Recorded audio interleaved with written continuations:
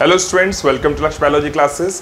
आज के लेक्चर में हम डिस्कस करने वाले हैं जो ड्यूडेनम है। इस ड्यूडेनम वाले रीजन में स्मॉल इंटेस्टाइन का जो फर्स्ट पार्ट था ड्यूडेनम, उस रीजन में कौन से ग्लैंड्स के सीक्रेशन आते हैं। तो अब तक दो ग्लैंड्स ऐसे हैं जिनको हमने स्टडी कर लिया है, जैसे कि पेनक्रियाज। पेनक्रियाज के सीक्रेशंस जो हैं वो हमारे स्मॉल इंटेस्टाइन तक पहुंचते हैं। पेनक्रियाज के अलावा यहाँ पे और भी सीक्रेशन एंटर करते हैं स्मॉल इंटेस्टाइन में, जैसे कि लिवर का secretion. The secretion of liver was called as bile.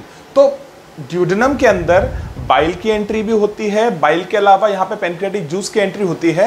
पर एक और खास चीज आपको याद रखनी है, जो ड्यूडेनम है इसकी म्यूकोसा लेयर जो है, कौन सी लेयर? Mucosa layer. इस म्यूकोसा लेयर के पास में भी कुछ ऐसे सेल्स होते हैं जो कि कुछ और एंजाइम्स का सीक्रेशन करते हैं, और जो सीक्रेशन है उसको हम बोलेंगे सकस एंटेरिकस। तो मैं क्या बता रहा हूं आपको, ये है, आप देख सकते हैं, दिस इज स्टमक, ये सी शेप्ड स्ट्रक्चर ड्यूडेनम है। अगर मैं ड्यूडेनम के इस पोर्शन को ऑब्जर्व करूं तो इस पोर्शन में आपको क्या दिखेंगे?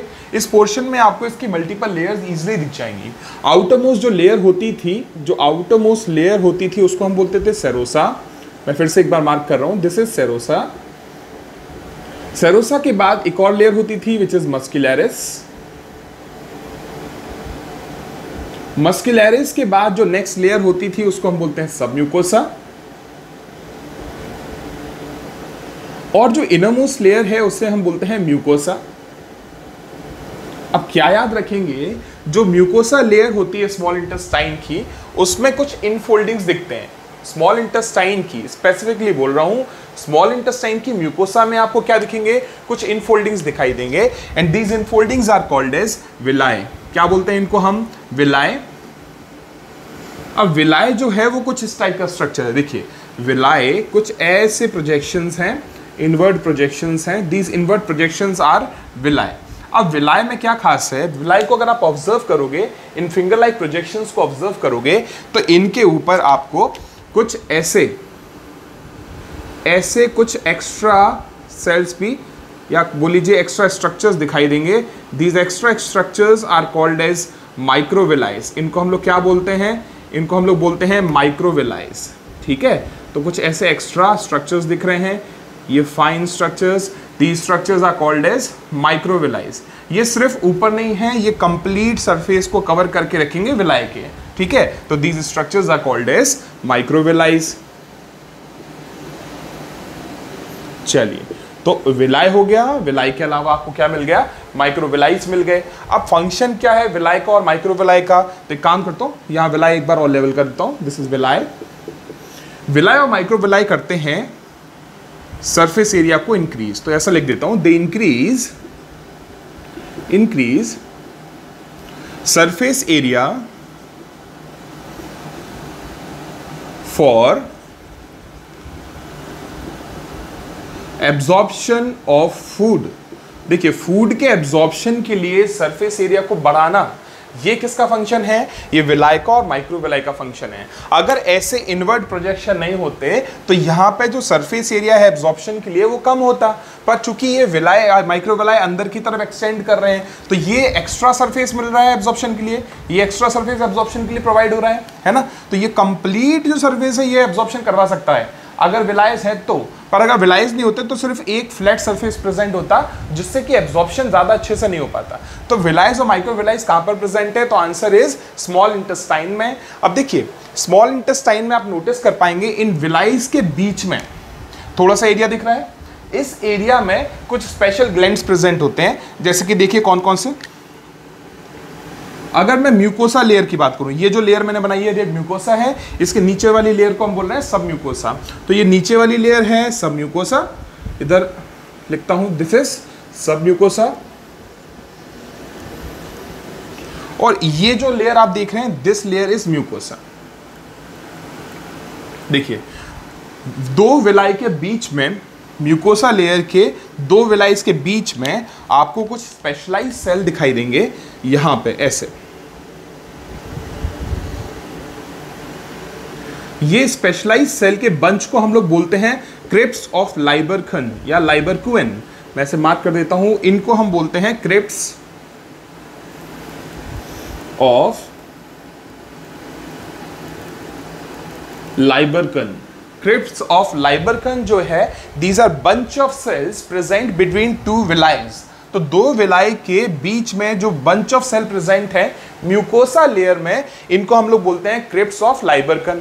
इसके अलावा सबम्यूकोसा ग्लैंड में, सबम्यूकोसा लेयर में एक और ग्लैंड प्रेजेंट होता है। This gland is called as Brunner's gland. इसके बारे में हमने डिस्कशन ऑलरेडी किया है। ये सिर्फ ड्यूडेनम में मिलेगा, ठीक है। तो सबम्यूकोसा ऑफ ड्यूडेनम में मिलेगा ब्रूनर्स ग्लैंड। कौन सा ग्लैंड मिलेगा? Brunner's gland. तो ये ब्रूनर्स ग्लैंड जो है ये म्यूकस सीक्रेट करता था और बाइकार्बोनेट को सीक्रेट करता था to maintain the pH of duodenum. ये हमने डिस्कस किया ऑलरेडी, ठीक है। तो अब ये ब्रूनर्स ग्लैंड कहां पर है? Submucosa of duodenum. तो ब्रूनर ग्लैंड सिर्फ मिलेगा ड्यूडेनम में। ये एक चीज हमको याद रखनी है। सेकंड आप क्या याद रखोगे, जो म्यूकोसा लेयर है इसमें क्रिप्स ऑफ लाइबर्कन नाम के बंच ऑफ सेल्स मिलते हैं and these bunch of cells secrete to many enzymes for the digestion of nutrients, ठीक है।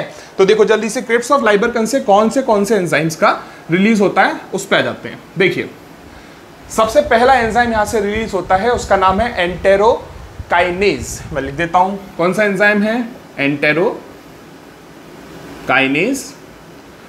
ये पहला एंजाइम है जो कि कहां से रिलीज हो रहा है, from crypts of Lieberkuhn. Second enzyme की अगर हम बात करें तो सेकंड एंजाइम यहां पे प्रेजेंट होता है डाइसैकेराइडेजेस। कौन से? डाइसैकेराइडेज। डाइसैकेराइडेज के अलावा अब ये कार्बोहाइड्रेट के डाइजेशन के लिए डाइसैकेराइड का रिलीज हो गया। इसके अलावा लिमिट डेक्सट्रेज या फिर बोलो लिमिट डेक्सट्रिनेज प्रेजेंट होगा यहां पे।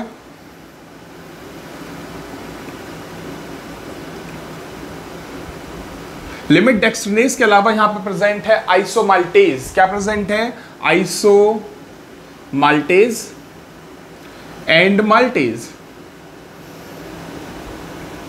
चलिए माल्टेज तो ऊपर की कैटेगरी में आ ही जाएगा, तो आइसोमाल्टेज माल्टेज लिख देते हैं। नेक्स्ट अगर हम बात करें तो यहां पे प्रेजेंट होगा अमाइनो पेप्टाइडेज नाम का एंजाइम। कौन सा? अमाइनो पेप्टाइडेज, ठीक है। अमाइनो पेप्टाइडेज किसका एंजाइम है? तो क्रिप्स ऑफ लाइबर्कन का एंजाइम है, यहां से सीक्रेट होता है। इसके अलावा हम बात करेंगे तो इंटेस्टाइनल लाइपेज मिल जाएगा। क्या मिलेगा? Intestinal lipase. उसके अलावा यहां पे मिलेगा न्यूक्लियोसाइडेज और एक और मिलेगा न्यूक्लियोटाइडेज। भाई ये सारे के सारे एंजाइम सीक्रेट होते हैं कहां से? ड्यूडेनम के अंदर दो विलाइस के बीच में प्रेजेंट क्रिप्स ऑफ लाइबर्कन से। तो क्रिप्स ऑफ लाइबर्कन जो है ये सीक्रेट करता है इन सारे एंजाइम्स को and these all enzymes all together are called as succus entericus. क्या बोलते हैं इनको? सकस एंटेरिकस। तो ये क्रिप्स ऑफ लाइबर्कन जो है ना, इसके एंजाइम्स को क्या बोलते हैं? ऑल एंजाइम्स, सारे एंजाइम्स को मिला के बोलते हैं इंटेस्टाइनल जूस और सकस एंटेरिकस। सकस एंटेरिकस बोल दिया और इंटेस्टाइनल जूस।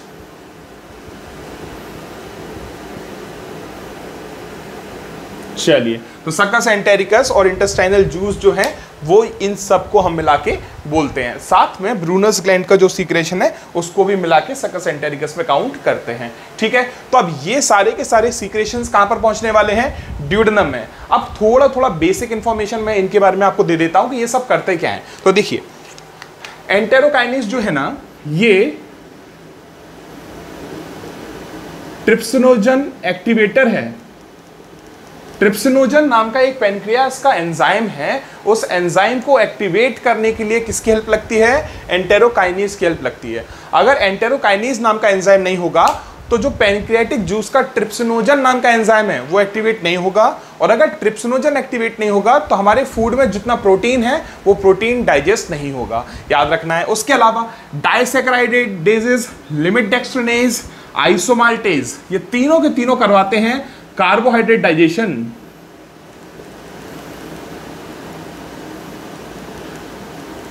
देखिए कार्बोहाइड्रेट के डाइजेशन के लिए ये तीनों एंजाइम यहां पे प्रेजेंट है। अब प्रोटीन डाइजेशन की बात करो तो प्रोटीन डाइजेशन में हेल्प करता है अमाइनो पेप्टाइडेज। किसका डाइजेशन? Protein digestion. तो देखिए प्रोटीन का डाइजेशन में हेल्प करता है अमाइनो पेप्टाइडेज एंजाइम। उसके अलावा इंटेस्टाइनल लाइपेज, लाइपेज हेल्प करेगा लिपिड डाइजेशन में। किसका डाइजेशन? Lipid digestion. तो लिपिड डाइजेशन में इंटेस्टाइनल लाइपेज यूज करेंगे हम लोग। उसके अलावा न्यूक्लियोसाइडेज, न्यूक्लियोटाइडेज की अगर मैं बात करूं तो ये ब्रेक करते हैं डीएनए और आरएनए। देखिए किसी भी प्लांट को या एनिमल सेल को अगर आपने कंज्यूम किया है, ठीक है, मान लो आपने चिकन कंज्यूम किया या फिर स्पिनच कंज्यूम किया, तो स्पिनच प्लांट हो गया और चिकन क्या हो गया, एनिमल हो गया। इन दोनों के पास सेल प्रेजेंट है, ऑब्वियसली स्पिनच के पास प्लांट सेल है और चिकन के पास एनिमल सेल है, पर अल्टीमेटली सेल तो है ना। और आपको पता है हर सेल के पास में डीएनए और आरएनए होते हैं। इन आरएनए और डीएनए को अगर हम खाएंगे तो क्या ये भी डाइजेस्ट होंगे? तो यस, इनका भी डाइजेशन होता है और इनका डाइजेशन करने वाले एंजाइम्स को हम लोग क्या बोलते हैं, न्यूक्लियोसाइडेज और न्यूक्लियोटाइडेज। और एक और चीज याद रखनी है, डीएनए आरएनए को मिला के हम बोलते हैं न्यूक्लिक एसिड। क्या बोलते हैं? Nucleic acid. इसलिए इनके नाम में देखो न्यूक्लियो न्यूक्लियो आ रहा है ना। तो अब क्या याद रखेंगे, nucleosidase and nucleotidase help in breakdown of DNA and RNA. मिला के बोलना चाहिए था न्यूक्लिक एसिड। तो भैया न्यूक्लिक एसिड के डाइजेशन के लिए इनकी हेल्प लगेगी, सही बात है। अब देखो एक और चीज, डिओडेनम के अंदर कौन से एंजाइम्स मिल रहे थे, इनकी बात कर रहे थे हम। तो ये सारे एंजाइम्स कहां जा रहे हैं, डिओडेनम में। ये सारे एंजाइम्स, ये सारे के सारे एंजाइम्स कहां जा रहे हैं, डिओडेनम में, for the digestion of nutrients या फिर फूड। चलिए ये हमको याद रहेगा। इसके अलावा अगर हम बात करें डिओडेनम में और किसके सीक्रेशन आ रहे थे, तो डिओडेनम में सीक्रेशन आ रहा था लिवर का। लिवर का सीक्रेशन गैल ब्लैडर में जाता था और गैल ब्लैडर का सीक्रेशन जो कि कौन था, बाइल जूस, वो कहां पर आ रहा था, डिओडेनम में। ठीक है, थर्ड सीक्रेशन जो इस डिओडेनम में आ रहा था वो कौन सा वाला था, पेनक्रियास का सीक्रेशन। तो क्या याद रखेंगे, पेनक्रियाटिक जूस, पेनक्रियास से सीक्रेट हुआ था पेनक्रियाटिक जूस। आप लोगों को याद होगा पेनक्रियाटिक जूस में किसको काउंट किया था, तो याद होगा, तो उसमें हमने नाम लिया था सबसे पहले ट्रिप्सिनोजन,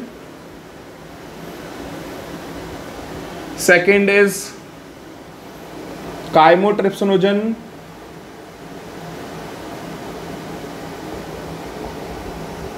थर्ड इज कार्बोक्सीपेप्टाइडेज,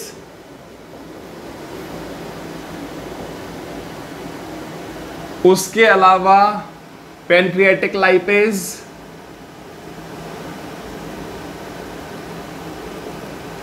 और न्यूक्लिक एसिड को डाइजेस्ट करने के लिए, न्यूक्लिक एसिड को डाइजेस्ट करने के लिए न्यूक्लियस। न्यूक्लियस, ये सारे के सारे एंजाइम्स जो लिखे हैं ये किसके हैं, ये पेनक्रियास के एंजाइम्स हैं, इनको पेनक्रियाटिक जूस बोलेंगे। और ये भी अल्टीमेटली कहां पर पहुंचने वाले हैं, डिओडेनम में। तो अब देखो फाइनली हमें क्या पता चल गया, डिओडेनम जो पोर्शन है स्मॉल इंटेस्टाइन का, उसमें क्या क्या चीजें एंटर करती हैं। तो उसमें बाइल जूस एंटर करता है, पेनक्रियाटिक जूस एंटर करता है और सकस एंटेरिकस एंटर करता है। तो ये तीन चीजें एंटर करती है डिओडेनम में for the digestion of nutrient. समझ में आ गया। अब क्या बात करेंगे, अब हम डिस्कस करते हैं एक एक करके सारे न्यूट्रिएंट्स के बारे में, कौन से न्यूट्रिएंट हैं और उन न्यूट्रिएंट का जो डाइजेशन है वो कैसे कैसे होने वाला है। ठीक है, तो सबसे पहले हम शुरुआत करेंगे कार्बोहाइड्रेट के साथ। चलिए डिस्कस करने वाले हैं जो भी न्यूट्रिएंट्स हमने पढ़े हैं, उन न्यूट्रिएंट्स का डाइजेशन हम एक एक करके पढ़ेंगे। आपको पता है एलिमेंट्री कैनाल में, जो कि लगभग 8 मीटर लॉन्ग है, 7 to 8 मीटर लॉन्ग होती है, इस एलिमेंट्री कैनाल के डिफरेंट सेगमेंट्स में हमारे न्यूट्रिएंट्स का डाइजेशन होता है। तो किस न्यूट्रिएंट का डाइजेशन कौन से पार्ट से शुरू होगा और कहां पर जाके एंड होगा, इस चीज को हम अब प्रॉपर्ली डिस्कस करने वाले हैं। उससे पहले मैं आपको बताना चाहूंगा, कोई भी एनिमल जो है, कोई भी एनिमल इंक्लूडिंग ह्यूमंस, हमारे पास में जो भी फूड प्रेजेंट है, उस फूड को बर्न करने के बाद, उस फूड को डाइजेस्ट करने के बाद, उसको ब्रेक करने के बाद जो आपको एनर्जी मिलेगी, वो एनर्जी को हम कैलकुलेट करते हैं, काउंट करते हैं in the form of calories. किस यूनिट के फॉर्म में, कैलोरीज के फॉर्म में। तो मैं लिख देता हूं, जो यूनिट है जिसके फॉर्म में हम कैलकुलेट करते हैं हमारी एनर्जी को, वो है कैलोरीज। और कैलोरीज एक्चुअली में एक छोटा यूनिट है, इसलिए लोग जो साइंटिस्ट हैं इसको कैलकुलेट करने लगते हैं किलो कैलोरीज में। तो या तो कैलोरीज बोल दो या किलो कैलोरीज में एनर्जी को हम काउंट करते हैं। आपको एक चीज पता होनी चाहिए, जो कैलोरी है इसको हम डिफाइन कैसे करेंगे। तो आपको याद रखना है, calorie is the amount of energy required to raise the temperature of 1 gram of water by 1 degree Celsius. लिख दो, क्या बोल रहे हैं अपन लोग? The amount of heat energy required to increase या raise temperature of 1 gram of water by 1 degree Celsius. Simple सा है। तो मतलब कि अमाउंट ऑफ हीट एनर्जी, जो अमाउंट ऑफ हीट एनर्जी आपको चाहिए to increase the temperature of 1 gram of water by 1 degree Celsius, that amount of energy is called as 1 kilo calorie. 1 kilo calorie को कैसे डिफाइन करोगे? तो इसमें ही थोड़ा सा चेंज हो जाएगा। क्या आ जाएगा? The amount of heat energy required to increase the temperature of 1 kilogram, gram हटा के क्या कर देना, kilogram of water by 1 degree Celsius. बस इतना सा डिफरेंस है। तो किलो कैलोरी की बात करेंगे तो किलोग्राम आ जाएगा, 1 किलोग्राम आ जाएगा, और कैलोरी की बात करोगे तो 1 ग्राम आ जाएगा। बाकी कोई डिफरेंस नहीं है। अब एक चीज याद रखनी है, देखिए आप किसी भी फूड पार्टिकल को ले लो या किसी भी न्यूट्रिएंट को ले लो, जैसे कि कौन कौन से न्यूट्रिएंट हमने पढ़े हैं। तो पहला न्यूट्रिएंट है मान लो कार्बोहाइड्रेट। अब 1 ग्राम कार्बोहाइड्रेट को अगर मैं ले लूं, कितना ग्राम कार्बोहाइड्रेट? मैंने लिया 1 ग्राम कार्बोहाइड्रेट। इस 1 ग्राम कार्बोहाइड्रेट को मैं बर्न करने की कोशिश कर रहा हूं बॉडी के अंदर। मतलब अगर हमारी बॉडी में हमारे सेल्स 1 ग्राम कार्बोहाइड्रेट का ब्रेक करेंगे तो कितनी एनर्जी हमको मिलेगी? जो भी एनर्जी हमको मिलेगी उस एनर्जी को हम बोलेंगे फिजियोलॉजिकल वैल्यू। कौन सी वैल्यू बोलेंगे? फिजियोलॉजिकल। तो याद रखना,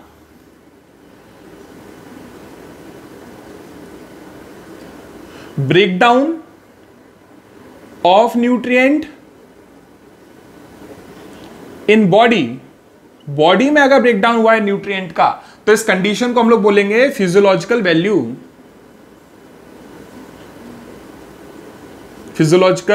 वैल्यू। पर एक और चीज क्या याद रखनी है, अगर बॉडी के बाहर, देखिए अगर एक चैम्बर लिया, मेटल का चैम्बर लिया जिसमें हमने ऑक्सीजन सप्लाई की है, और हम उस चैम्बर के अंदर जहां पर ऑक्सीजन प्रेजेंट है, अगर हम उस क्लोज चैम्बर के अंदर बर्न करें 1 ग्राम कार्बोहाइड्रेट को, तो अभी हमको कुछ ना कुछ एनर्जी तो मिलेगी ना, है ना? जो एनर्जी 1 ग्राम कार्बोहाइड्रेट को बर्न करने पे मिलती है in a close chamber which is provided with oxygen, then a certain amount of energy is produced. That energy is called as calorific value. समझ में आया? क्या बोलते हैं उसको? Calorific value. तो अब याद रखना, यहां पर लिख रहा हूं breakdown of food in bomb calorimeter.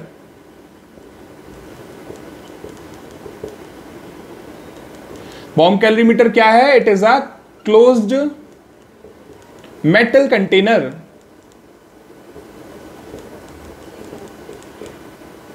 provided with oxygen।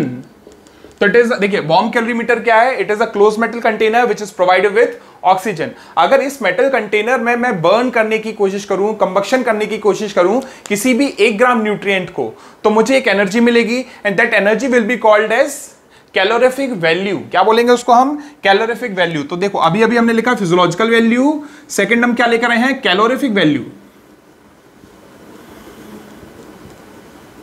समझ गए? तो मतलब अगर मैं 1 ग्राम फूड को ब्रेक करता हूं बॉम्ब कैलोरीमीटर में, तो जो एनर्जी मिलेगी उसको बोलेंगे कैलोरिफिक वैल्यू। अगर हम अपनी बॉडी की बात करें, हमारी बॉडी के अंदर ब्रेकडाउन हो रहा है अगर 1 ग्राम न्यूट्रिएंट का, तो हमको जो एनर्जी मिलेगी उसको हम फिजियोलॉजिकल वैल्यू बोलेंगे। तो अगर मैं 1 ग्राम कार्बोहाइड्रेट का ब्रेकडाउन करता हूं, तो मेरी बॉडी के अंदर जो एनर्जी मिलेगी वो है कितनी? 4.1 किलो कैलोरी। तो क्या किया? सिंपल सा, मेरी बॉडी के अंदर मेरे सेल्स ने अगर 1 ग्राम कार्बोहाइड्रेट को ब्रेक किया तो कितनी एनर्जी मिलती है? 4 किलो कैलोरी मिलती है। कितनी मिलेगी? 4 किलो कैलोरी, है ना? पर अगर 1 ग्राम न्यूट्रिएंट को, 1 ग्राम कार्बोहाइड्रेट को मैं बॉम्ब कैलोरीमीटर के अंदर ब्रेक करूंगा तो मुझे कितनी एनर्जी मिलेगी? तो मुझे मिलेगी 4.1 किलो कैलोरी। देख रहे हो? 0.1 किलो कैलोरी का यहां पे डिफरेंस आया। क्यों आया वो हम लास्ट में डिस्कस करेंगे। देखिए नेक्स्ट, अगर मैं प्रोटीन की बात करूं, 1 ग्राम प्रोटीन को डाइजेस्ट करने के लिए कहां पर? बॉम्ब कैलोरीमीटर में। अगर मैं बॉम्ब कैलोरीमीटर में इस क्लोज्ड मेटल चैम्बर में 1 ग्राम प्रोटीन को बर्न करता हूं तो मुझे मिलेगी 5.65 किलो कैलोरी एनर्जी। कितनी एनर्जी मिलेगी? 5.65 किलो कैलोरी एनर्जी, ठीक है। पर अगर मैं 1 ग्राम प्रोटीन को बर्न करता हूं बॉडी में, सेल के अंदर, तो मुझे मिलती है 4 किलो कैलोरी एनर्जी। क्या मिलती है? 4 किलो कैलोरी एनर्जी मिलती है। मतलब कितना डिफरेंस आ गया? डिफरेंस आ रहा है 1.65 किलो कैलोरीज का डिफरेंस आ रहा है। तो 1.65 किलो कैलोरीज मुझे कम क्यों मिले? क्या रीजन है इसके पीछे? वो अभी हम डिस्कस करते हैं लास्ट पार्ट को पढ़ने के बाद। Last is fat, third portion is fat. अगर मैं 1 ग्राम फैट को डाइजेस्ट करता हूं सेल के अंदर, किसके अंदर? सेल के अंदर, तो मुझे जो एनर्जी मिलेगी वो है 9 किलो कैलोरीज। कितनी? 9 किलो कैलोरीज। पर इसी 1 ग्राम फैट को मैं डाइजेस्ट करूं बॉम्ब कैलोरी मीटर के अंदर तो मुझे एनर्जी मिलेगी 9.45 किलो कैलोरी। आप नोटिस कर पा रहे हो तीनों कंडीशन में थोड़ा डिफरेंस आ रहा है। क्यों आ रहा है ये डिफरेंस? तो अब ये चीज याद रखना है, अगर फिजियोलॉजिकल वैल्यू की बात करें तो ये तीनों केसेस में कम आ रही है और कैलोरीफिक वैल्यू तीनों केसेस में ज्यादा आ रही है। ऐसा क्यों हो रहा है? देखिए, खाने को चबाने के लिए भी, अभी ये तो सेल के अंदर डाइजेशन की बात हो रही है। अगर आप खाने को च्यू कर रहे हो तो आपके मसल्स वर्क कर रहे हैं। आपके मसल्स वर्क करेंगे तो क्या इन मसल्स के सेल्स को एनर्जी की रिक्वायरमेंट होगी? ऑब्वियसली होगी, है ना। और अब देखिए, मैंने फूड को च्यू किया, मेरे डाइजेस्टिव सिस्टम ने बहुत सारा काम किया, तो मेरे डाइजेस्टिव सिस्टम को, मेरे मसल्स को, इन सबको एनर्जी की रिक्वायरमेंट होगी। वो एनर्जी कौन प्रोवाइड करेगा? जो प्रीवियस न्यूट्रिएंट थे वो प्रोवाइड करेंगे बॉडी के, है ना। तो जो पहले से न्यूट्रिएंट बॉडी के अंदर था वो हमें एनर्जी प्रोवाइड करेगा। फिर हमारा नया न्यूट्रिएंट जो बॉडी में एंटर किया, उसमें से हम प्रीवियस न्यूट्रिएंट के खर्चे को माइनस करेंगे ना। करेंगे कि नहीं करेंगे? मतलब ये ऐसा हो गया कि मेरे पास, मान लीजिए मेरे पास 100 रुपए हैं। कितने रुपए हैं मेरे पास? 100 रुपए हैं, ठीक है। अब मैं पेट्रोल डलाने के लिए जा रहा हूं 50 रुपए का। मैं 50 रुपए का पेट्रोल डलाने के लिए अपने घर से निकला, पेट्रोल पंप तक गया। पेट्रोल पंप था मान लीजिए 20 किलोमीटर दूर। कितना किलोमीटर दूर था? 20 किलोमीटर। तो यहां से वहां जाने के बाद जब मैं पेट्रोल डलाऊंगा, 100 रुपए का पेट्रोल ऑलरेडी था मेरे पास, 50 का पेट्रोल मैं डलाने जा रहा था। वहां पहुंच के क्या मेरी बाइक में 150 रुपए का पेट्रोल हो जाएगा कंप्लीट? 100 का था, 50 और डलवा लिया, 150 हो जाएगा क्या? नहीं होगा। क्यों नहीं होगा? क्योंकि मैं बाइक को घर से चला के कम से कम पेट्रोल पंप तक गया हूं, तो कुछ ना कुछ अमाउंट ऑफ पेट्रोल तो गया होगा ना, बर्न हुआ होगा। सेम कंडीशन यहां हो रही है। अगर मैं 1 ग्राम फैट को बॉडी में बर्न कर रहा हूं तो इस 1 ग्राम फैट को बर्न करने के लिए बॉडी ने बहुत सारा काम किया है, तो बहुत सारी एनर्जी उसमें भी तो लॉस होगी। तो आपको कंप्लीट अमाउंट ऑफ एनर्जी नहीं मिल पाएगी, थोड़ी सी एनर्जी कम मिलेगी। इसलिए यहां पे जो फिजियोलॉजिकल वैल्यूज है वो कम है, ठीक है। क्या एग्जांपल बोला मैंने? फिर से सुन लो एक बार। बाइक ली मैंने, बाइक में 100 रुपीज का पेट्रोल ऑलरेडी था। मैं घर से पेट्रोल पंप तक गया, वहां जाके 50 का पेट्रोल और डलाया, तो टोटल 150 का पेट्रोल फिर भी मेरी बाइक में नहीं आया। क्यों नहीं आया? क्योंकि जब मैं यहां से वहां पेट्रोल पंप तक गया तो थोड़ा तो पेट्रोल बर्न हुआ होगा ना, तो उसको क्या बोलेंगे? उसको हम लॉस में काउंट कर रहे हैं। तो हमारी बॉडी जब डाइजेशन करती है किसी भी फूड पार्टिकल का, तो फूड पार्टिकल का डाइजेशन करते टाइम पे हमारी बॉडी कुछ एनर्जी यूज कर लेती है, वो हमारा लॉस है। समझ में आ गया? पर अगर बॉम्ब कैलोरी मीटर की बात करूं तो बॉम्ब कैलोरी मीटर में किसी भी फूड को बर्न करने के लिए बॉम्ब कैलोरी मीटर को कोई स्पेशल वर्क नहीं करना है। मतलब कि हमारी बॉडी को कोई स्पेशल वर्क नहीं करना है। वो कोई जो भी एनर्जी बॉम्ब कैलोरी मीटर के अंदर यूज होने वाली है to burn that amount of food, वो खुद प्रोड्यूस करेगा। समझ में आ गया? मतलब वो एक्स्ट्रा एनर्जी उसकी तरफ से लगेगी। मतलब जो भी 1 ग्राम फूड हमने बॉम्ब कैलोरी मीटर के अंदर बर्न किया है, वो 1 ग्राम फूड से जितनी मैक्सिमम एनर्जी मिल सकती थी वो सारी एनर्जी हमको मिल जाएगी। जो एक्स्ट्रा एनर्जी हमने दी थी उसको हम माइनस नहीं करते हैं। पर हमारी बॉडी चूंकि फंक्शन करती है for the breakdown of all this kind of nutrients, तो वो जो एनर्जी हमारी बॉडी ने यूज की है उसको हम टोटल में से माइनस कर देते हैं। इसलिए एक डिफरेंस आ जाता है। समझ में आ रहा है? तो 4.1 किलो कैलोरी 1 ग्राम कार्बोहाइड्रेट से मिलेगी पर बॉम्ब कैलोरी मीटर के अंदर। और यहां पे बॉडी की अगर बात करें तो बॉडी से सिर्फ 4 किलो कैलोरी एनर्जी मिल रही है। क्यों? क्योंकि 1 ग्राम कार्बोहाइड्रेट को डाइजेस्ट करने के दौरान हमारी बॉडी ने 0.1 किलो कैलोरी एनर्जी क्या कर दी है? खर्च कर दी है। समझ में आ गया? तो ये सिंपल सा फंडा है किसके बारे में, जो न्यूट्रिएंट्स हैं वो कितनी एनर्जी हमको प्रोवाइड करते हैं इसके बारे में। अब हम क्या बात करने वाले हैं, अब हम शुरुआत करेंगे डाइजेशन ऑफ कार्बोहाइड्रेट से, कि हमारा जो कार्बोहाइड्रेट है वो एलिमेंट्री कैनाल के किस पोर्शन से डाइजेस्ट करना स्टार्ट करता है और कहां तक इसका डाइजेशन कंप्लीट होता है। ठीक है, तो चलिए स्टार्ट करते हैं विथ कार्बोहाइड्रेट। तो चलिए अब हम स्टार्ट करने वाले हैं डाइजेशन ऑफ कार्बोहाइड्रेट। देखिए जल्दी से, डाइजेशन ऑफ कार्बोहाइड्रेट्स। देखिए कार्बोहाइड्रेट का जो डाइजेशन है वो शुरू हो जाता है फ्रॉम बकल कैविटी, मतलब straight away from buccal cavity. जैसे ही फूड को आपने एनगल्फ किया, एनगल्फ करने के बाद उसमें कौन सा फूड प्रोडक्ट है जिसका डाइजेशन सबसे पहले होना स्टार्ट हो जाएगा, तो दैट इज कार्बोहाइड्रेट्स। तो देखिए फर्स्ट पहले बात करते हैं बकल कैविटी की। बकल कैविटी में आपको मिलेगा कार्बोहाइड्रेट डाइजेशन के लिए एक enzyme, that enzyme is called as ptyalin. Buccal cavity में एक एंजाइम है टाइलिन। बकल कैविटी का पीएच होता है 6.8, ये हम ऑलरेडी डिस्कस कर चुके हैं, है ना।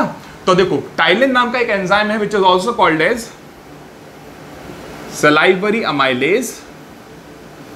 ये एंजाइम क्या करेगा, ये स्टार्च का डाइजेशन करवाता है। किसका डाइजेशन करवाता है, स्टार्च का। तो मैं लिख देता हूं, ये करवाएगा डाइजेशन ऑफ स्टार्च, और ये स्टार्च को ब्रेक करवाता है। एक और चीज, कितने परसेंट स्टार्च का ब्रेक डाउन होगा, तो जितना भी आपने खाना खाया है उसमें जितना भी स्टार्च हो उसमें से 30% स्टार्च का डाइजेशन हो जाएगा। ठीक है, किसकी हेल्प से हो जाएगा, टाइलिन या फिर सलाइवरी अमाइलेज की हेल्प से हो जाएगा। और स्टार्च को ब्रेक करके ये एंजाइम स्टार्च को ब्रेक करके बनवाएगा माल्टोज, माल्टोज, आइसोमाल्टोज, उसके अलावा लिमिडेक्स्ट्रिन।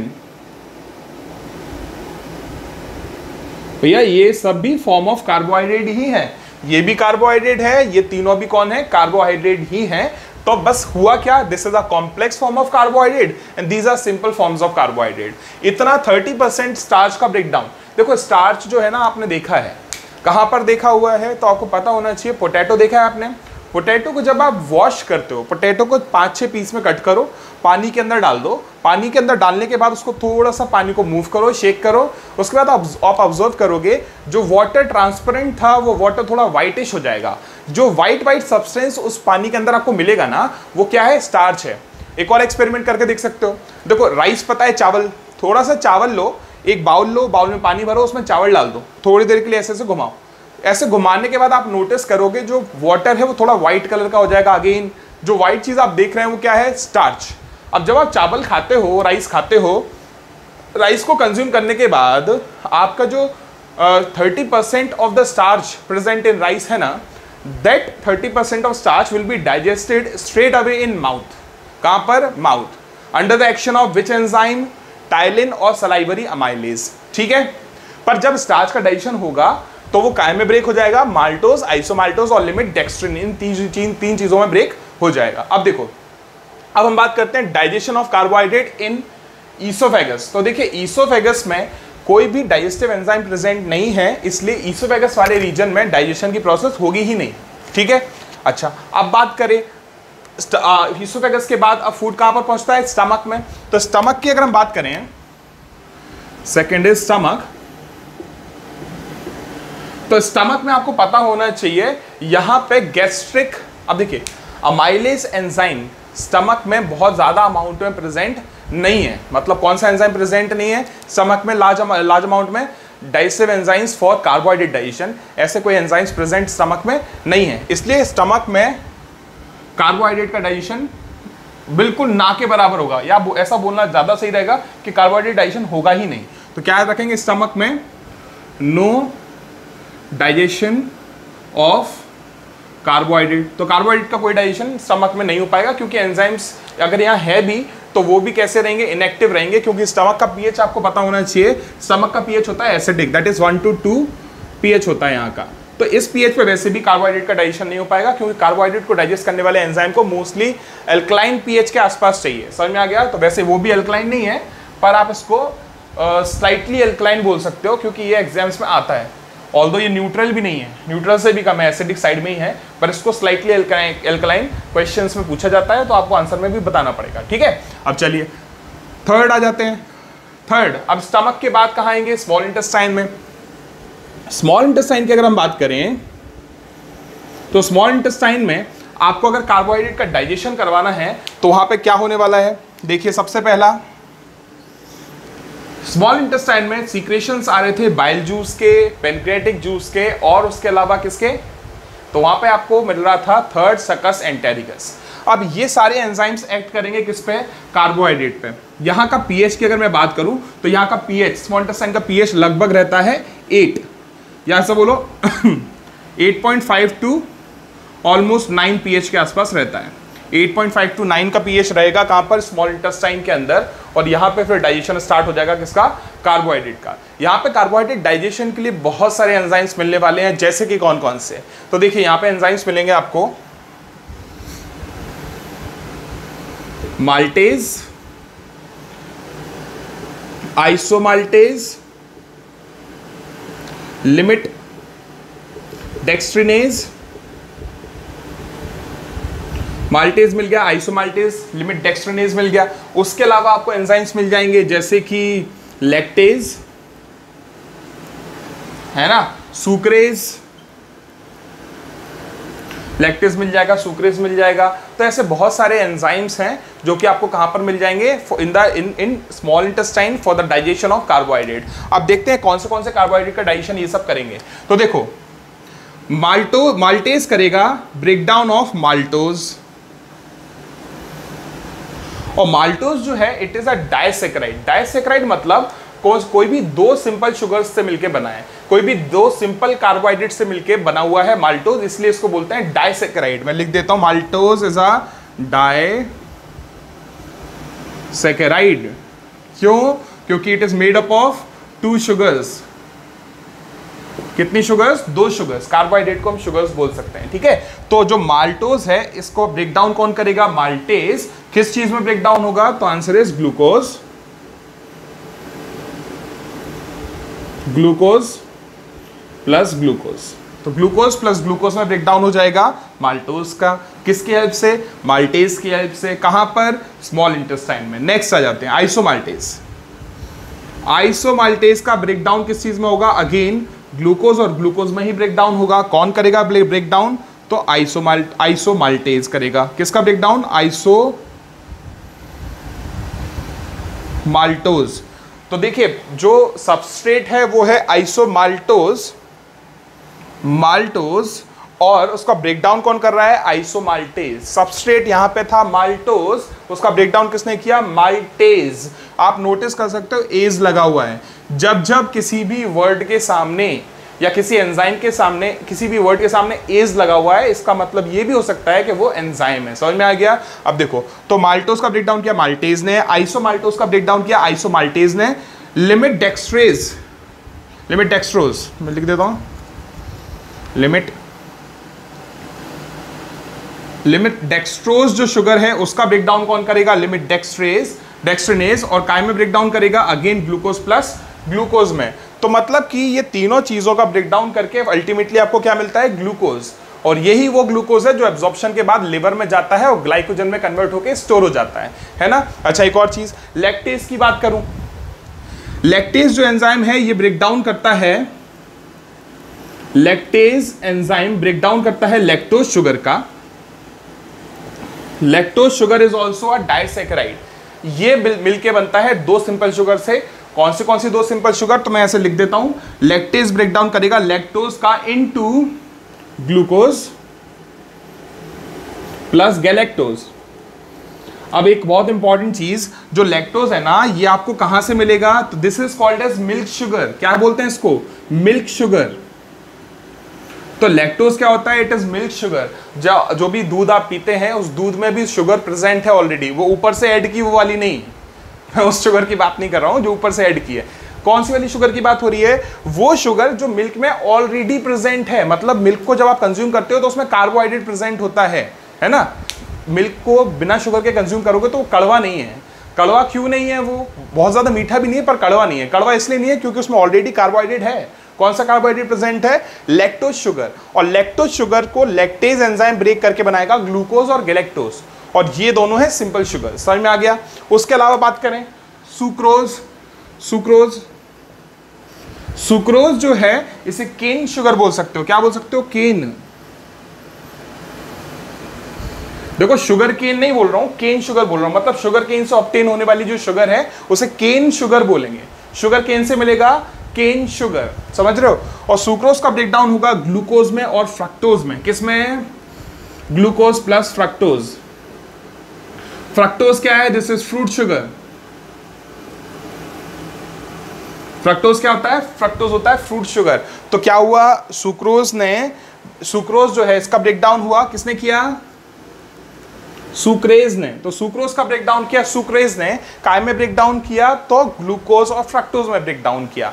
अब जो इंपॉर्टेंट पोर्शंस थे वो क्या थे? देखिए, आपको पता है माल्टोज जो है, माल्टोज जो है इसे बोलते हैं माल्ट शुगर। क्या बोलते हैं इसको? Malt sugar. ये आपको याद रखना है, पहली चीज। दूसरी चीज जो आपको याद रखनी है वो क्या है? मिल्क शुगर कौन है? लैक्टोज। मिल्क में शुगर प्रेजेंट है ऑलरेडी, ऊपर से ऐड करने से पहले से। हाँ, तो मिल्क में जो कार्बोहाइड्रेट होता है, जो शुगर होती है, उसे बोलते हैं लैक्टोज। ये आपको याद रखना है, lactose is milk sugar. Third आपको क्या याद रखना है? आपको याद रखना है सुक्रोज। सुक्रोज जो होता है बेटा, ये शुगर केन से ऑब्टेन होता है, and this is cane sugar.